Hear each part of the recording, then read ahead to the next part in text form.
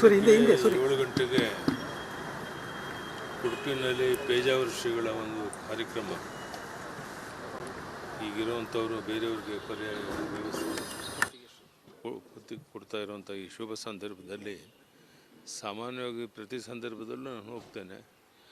ಅದರಂತೆ ಇವತ್ತು ಹೋಗಿಬಿಟ್ಟು ನಾನು ಉಡುಪಿನಲ್ಲಿ ಹಾಲ್ಟ್ ಮಾಡಿ ಬೆಳಿಗ್ಗೆ 7 ಗಂಟೆಗೆ ಆ ಕಾರ್ಯಕ್ರಮದಲ್ಲಿ ಭಾಗವಹಿಸಿ ಮಧ್ಯಾಹ್ನ ವಾಪಸ್ ಇಲ್ಲಿಗೆ ಬರ್ತಾರೆ. ಪರ್ಯಾಯಕ್ಕೆ ಇನ್ನೂ ಸರ್ಕಾರ ಅನುದಾನವನ್ನು ಬಿಡುಗಡೆ ಮಾಡಿಲ್ಲ 10 ಕೋಟಿ ರೂಪಾಯಿ ಅಂತ. ಗೊತ್ತಿಲ್ಲಪ್ಪ, ವಿಚಾರಿಸ್ತೇನೆ, ನೋಡೋಣ.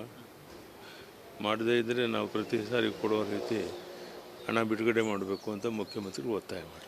ಸರ್, ಯತೀಂದ್ರ ಸಿದ್ದರಾಮಯ್ಯ ಅವರು ಒಂದು ಸ್ಟೇಟ್ಮೆಂಟ್ ಅನ್ನು ಕೊಟ್ಟಿದ್ದಾರೆ. ಯತೀಂದ್ರ ಸಿದ್ದರಾಮಯ್ಯ ಅವರು ಲೋಕಸಭಾ ಚುನಾವಣೆಯಲ್ಲಿ ಗೆದ್ದರೆ ಮುಖ್ಯಮಂತ್ರಿಯಾಗಿ ಸಿದ್ದರಾಮಯ್ಯ 5 ವರ್ಷ ಪೂರೈಸ್ತಾರೆ. ಒಳ್ಳೇದಾಗಲಿ ಅವರು. ಸರ್, ಪ್ರಧಾನಿಯವ್ರ ಬಗ್ಗೆ ಒಂದು ಟ್ವೀಟ್ ಮಾಡಿದ್ದಾರೆ ಸರ್. ಪ್ರಧಾನಿಗಳು ನಿದ್ದೆ ಮಾಡ್ತಾರೆ ಅಂತ ಸಿದ್ದರಾಮಯ್ಯ. ಇದನ್ನು ಸಿದ್ದರಾಮಯ್ಯನಂತ ಒಬ್ಬ ಮುಖ್ಯಮಂತ್ರಿ ಈ ಮೂರ್ಖತೆಯ ಮಾತನಾಡೋದ್ರ ಮೂಲಕ ಅವರು ಬೇಜವಾಬ್ದಾರಿ ಮುಖ್ಯಮಂತ್ರಿ ಅನ್ನೋದನ್ನು ಸಾಬೀತು ಮಾಡಿದ್ದಾರೆ.